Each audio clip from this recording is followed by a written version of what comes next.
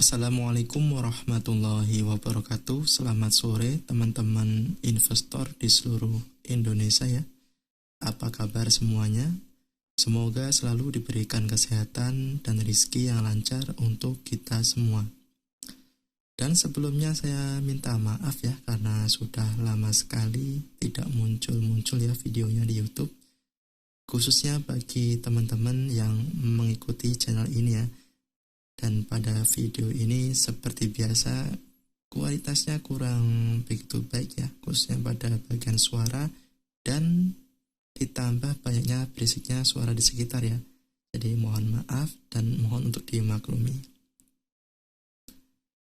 Oke, pada hari ini saya akan mencoba menyampaikan atau sharing ya, berbagi pengetahuan tentang salah satu emiten yang sedang bergerak uptrend ya, sesuai dengan pergerakan pada sektornya ya, yaitu sektor energi.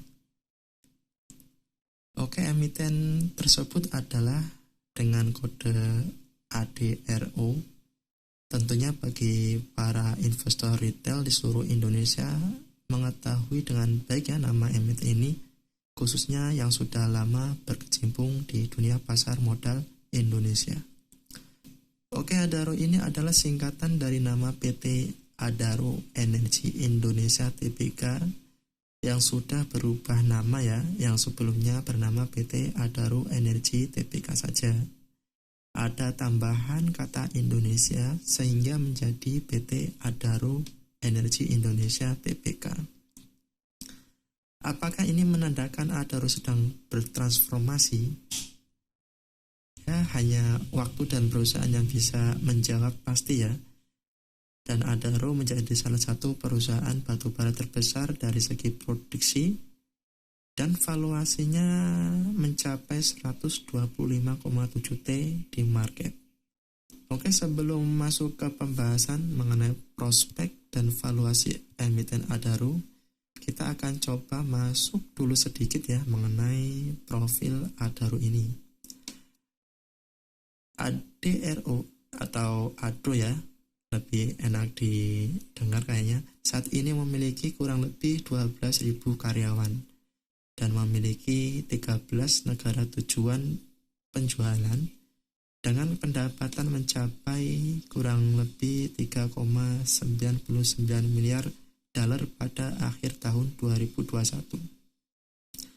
Dan jika dikalikan ya dengan $1 sama dengan Rp14.800, maka kurang lebih menjadi 59 T, hampir separuh dari total market cap saat ini ya di pasar modal. Kemudian ini adalah sedikit gambaran mengenai cadangan batubara Adaro yang tersebar di Indonesia dan Australia. Adaro saat ini memiliki cadangan lebih dari 8,5 miliar ton sumber daya batubara ya, jadi dalam bentuk sumber daya batubaranya, dan 1,4 miliar ton cadangan batubara. Jadi dengan cadangan sebesar ini saya kira aman lah untuk 20 tahun ke depan. Kemudian kita akan melihat pada bagian income statement-nya ya. Di sini kita bisa perhatikan pada bagian net income, revenue, dan NPM ya, atau net profit margin, bahwa sejak tahun 2017 sampai 2020 ya, terlihat ketiga indikator ini cenderung menurun ya. Bahkan puncaknya adalah pada tahun 2020 ketika pada saat awal-awal pandemi terjadi ya, masuk di Indonesia, di mana pada bagian net income dan revenue ini mengalami penurunan yang sangat tajam. Mungkin akibat dari lockdown yang terjadi di mana-mana ya, khususnya untuk negara-negara tujuan ekspor.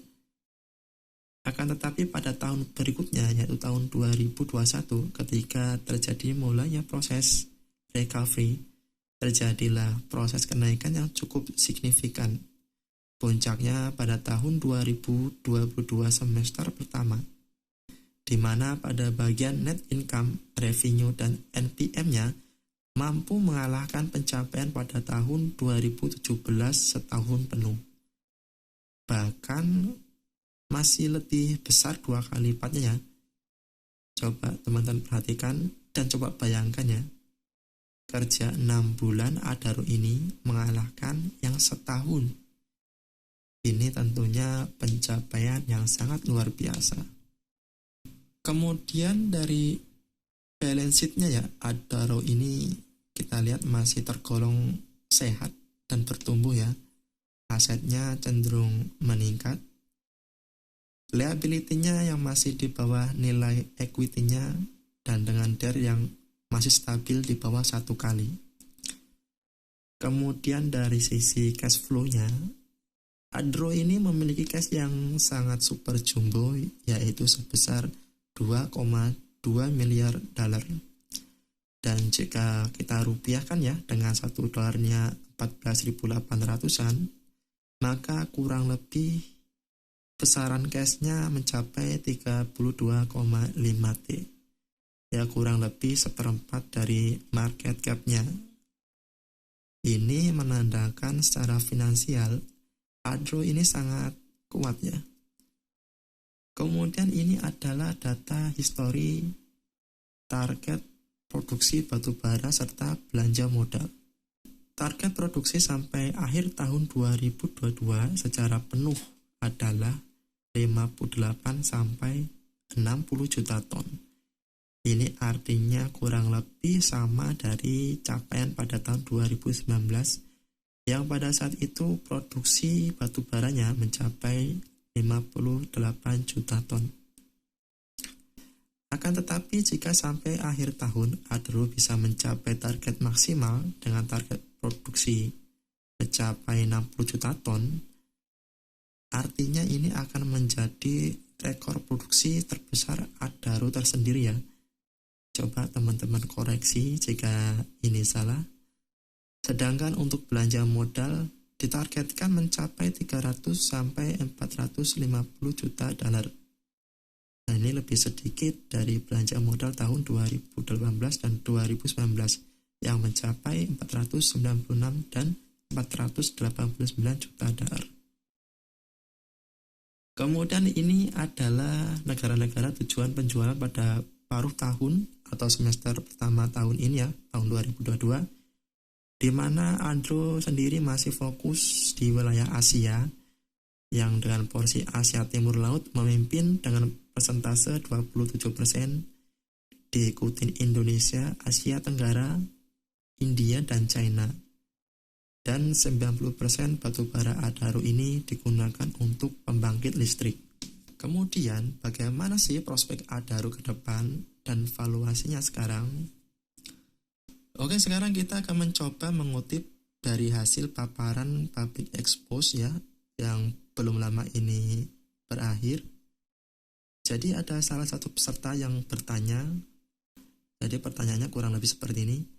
Apakah ke depan Adaro akan mengurangi porsi batu bara dengan transformasi bisnis ke sektor mineral dan renewable? Jadi jawaban manajemen Adaro gini.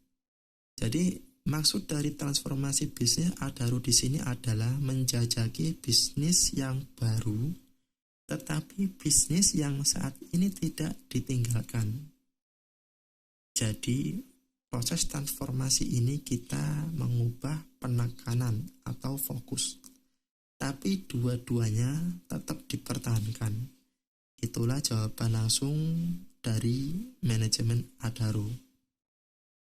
Jadi sepertinya Adaro ini tuh tidak akan meninggalkan bisnis intinya ya, yaitu bisnis batu bara. Oke, ke slide selanjutnya, ini adalah data dari perkiraan permintaan batu bara global 2015 sampai 2049. Yang saya kutip lagi-lagi dari materi Public Expose terakhir ya. Jadi posisi 2002 sekarang ada sekitar garis putus-putus ini ya. Jika kita lihat dalam periode jangka panjang, dari data ini bisa kita lihat bahwa ternyata permintaan batu bara tetaplah signifikan ya. bahkan untuk negara India dan wilayah Asia Tenggara ya malah mengalami peningkatan yang cukup besar. Teman-teman bisa perhatikan pada grafik warna merah yang untuk India ini dan ungu untuk Asia Tenggara. Sedangkan permintaan batu bara berkalori tinggi lebih cenderung stabil, tetapi yang menarik lagi-lagi datang dari India. Bahwasanya India terlihat akan mengalami kenaikan ya secara permintaan dan lumayan cukup besar sampai tahun 2030 untuk segmen batu bara berkalori tinggi. Kemudian kita cek dari LK atau laporan keuangan paruh tahun ini yang sudah keluar. Di sini dari sisi penjualan, Adro di sini posisinya memang sedang on the track ya, mengikuti data permintaan global tadi ya yang saya kutip dari Public Exposed yang terakhir, di mana India di posisi pertama dan Malaysia di posisi kedua mewakili sebagian Asia Tenggara sebagai negara tujuan penjualan terbesar. Ini artinya Adro ke depan akan makin serius meningkatkan ekspor ke negara India dan Asia Tenggara.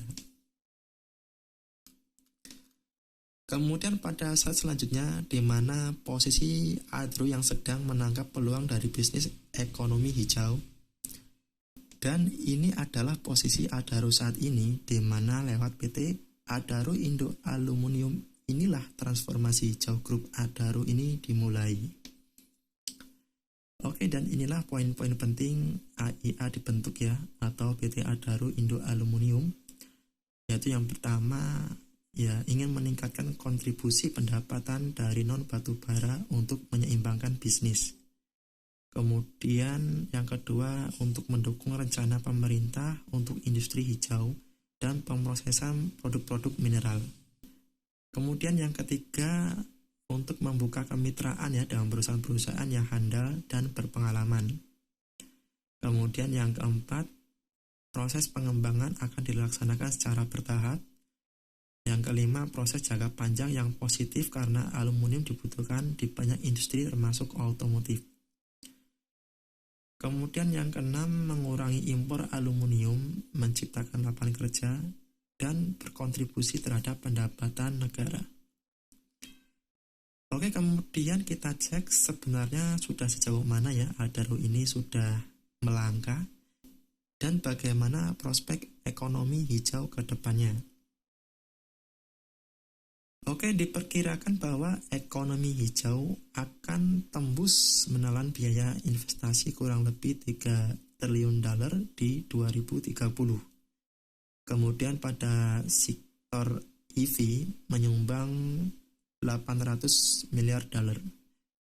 Kemudian pada mineral hijau yaitu aluminium akan meningkat menjadi 1,3 kali dari tahun 2020 ke 2030. Oke, sekarang kita cek kembali bagaimana penggunaan aluminium itu sendiri ya. Oke, di mana aluminium menyumbang kurang lebih 30% lebih banyak digunakan pada kendaraan listrik daripada yang konvensional. Sedangkan dari PLTB atau pembangkit listrik tenaga bayu, setiap satu turbin PLTB membutuhkan 1 ton aluminium. Sedangkan untuk teknologi PLTS, aluminium sendiri dibutuhkan kurang lebih 4 miliar ton pada tahun 2040. Kemudian kita lihat ya keseimbangan supply dan permintaan domestik. Bisa kita lihat di sini bahwasanya terjadi kesenjangan ya yang cukup lebar antara supply dan permintaan aluminium di Indonesia. Mungkin inilah peluang yang Adro lihat ya dan kemudian diambil untuk menumbuhkan rantai pasokan aluminium di domestik. Kemudian inilah master plan proyek pertama, smelter aluminium dengan target 1,5 juta ton per tahun pada akhir tahun 2029. Di mana proyek ini dibagi menjadi 3 tahap. Pada tahap 1 ditargetkan produksi akan mencapai 500.000 ton per tahun pada Q1 2025. Kemudian selanjutnya pada tahap kedua, target produksi bertambah menjadi 500.000 ton. Produksi bertambah 500.000 ton menjadi 1 juta ton per tahun pada Q4 2026. Dan pada tahap ketiga atau akhir diharapkan produksi aluminium bertambah 500.000 ton lagi ya, menjadi 1,5 juta ton per tahun pada Q4 2029. Lantas, kemudian kira-kira berapa sih pendapatan dari 1,5 juta ton aluminium pada tahun 2029? Oke, ini adalah gambaran perjalanan harga aluminium global. Jika kita menggunakan data di sini ya, pada saat ini, dengan harga aluminium global kurang lebih $2.300 per ton, dengan produksi 1,5 juta ton pada tahun 2029, maka kurang lebih akan menyumbang pendapatan $3,45 miliar. Ini artinya hampir mencapai pendapatan Adro paruh tahun ini ya, dengan $3,54 miliar. Ini tentunya sangat menggiurkan, dan mungkin inilah yang dilihat Adaro. Oke, kemudian bagaimana sih status Adaro saat ini untuk menangkap peluang-peluang tersebut? Oke, pertama, Adaro memiliki neraca dan kemampuan keuangan yang kuat ya. Kemudian yang kedua, rekam jejak yang terbukti dalam mengembangkan dan mengoperasikan proyek besar dan kompleks. Ketiga, Adaro memiliki pengalaman dan pengetahuan pada sektor pertambangan di Indonesia. Kemudian yang keempat, pemegang saham dan tim manajemen dengan koneksi kuat. Dan ke depan Adaro akan terus mencari peluang untuk memenuhi kebutuhan mineral hijau dari kegiatan ekonomi yang baru. Ini mengindikasikan bahwa Adaro sangat serius ya menggarap mineral hijau. Oke, sekarang kita akan masuk ke bagian valuasi saham Adaro. Oke, sebenarnya bagaimana sih dengan valuasi saham Adaro saat ini? Dengan harga yang sudah menyentuh 3.900 per lembar. Apakah sudah mahal atau masih murah? Oke, kita bisa lihat pada grafik pada kolom warna orange ya, dan line warna biru ini yang menunjukkan PBV ya, dan ROE-nya atau price book value dan return on equity-nya. Jika kita perhatikan kedua item ini cenderung meningkat ya dari 2017 sampai sekarang. Dengan demikian, apakah artinya harga sahamnya sekarang sudah mahal? Menurut saya dengan PBV-nya Adro ini yang sudah menyentuh 1,4 kali, Adro ini ya sudah mahal karena PBV-nya sudah price in ya terhadap ROE-nya.